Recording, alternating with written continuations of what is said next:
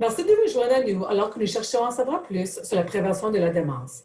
Dans ce quatrième épisode, le Dr Hakim discute des risques d'une évaluation soutenue de la tension artérielle et de la façon de corriger et régler sa tension artérielle. Chers amis, on continue avec nos webinaires qui sont destinés à vous aider à éviter la démence et les problèmes cognitifs. Alors aujourd'hui, on va parler de la pression artérielle parce que c'est un facteur de risque très important pour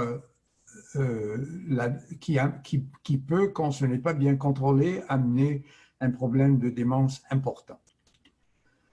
Une hypertension artérielle non contrôlée peut entraîner des complications comme des crises cardiaques, des anévrismes, des insuffisances cardiaques, des syndromes métaboliques et vous voyez en dernier lieu une démence. Donc ce n'est pas juste la démence, ça peut amener beaucoup de problèmes.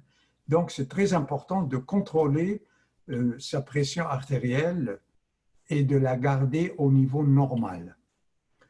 Nous savons qu'il y a des facteurs de risque qui amènent et des problèmes au cerveau et des problèmes au cœur, des crises cardiaques et des accidents cérébrovasculaires.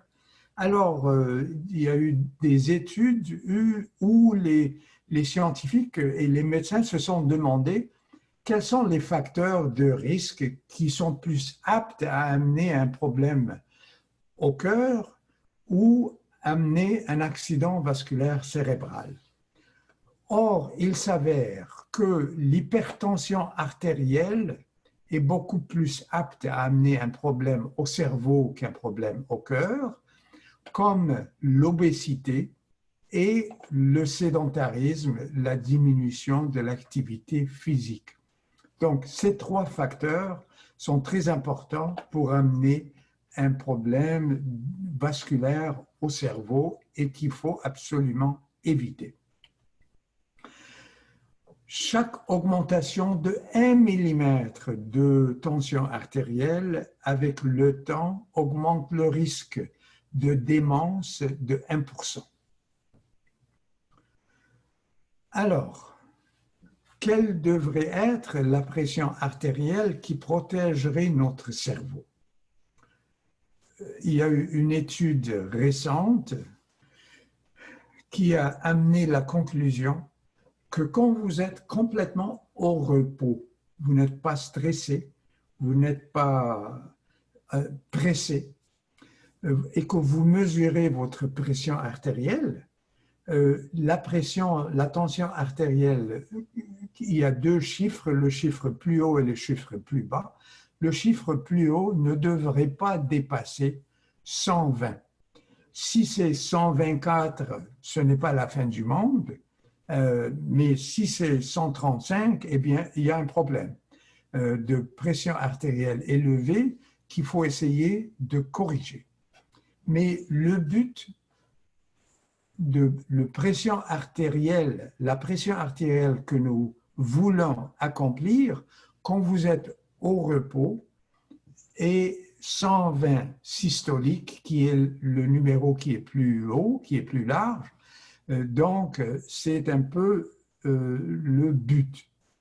Donc, je vous invite à vous procurer d'un brassard de tensiomètre que vous amenez chez vous.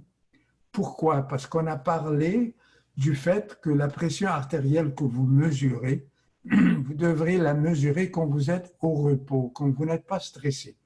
Donc, si vous allez dans une pharmacie pour mesurer votre pression artérielle, eh bien, ce n'est pas l'environnement qu'il faut. Même chez votre médecin, quand vous êtes stressé, ce n'est pas l'environnement qu'il faut pour mesurer votre pression artérielle. Il faudrait le faire chez vous à la maison, quand vous êtes complètement au repos. Prenez toujours votre tension artérielle dans un environnement calme et si vous éprouvez des difficultés à utiliser un brassard, demandez comment le faire à votre médecin. Il y a eu des études très importantes qui ont été faites et même récemment.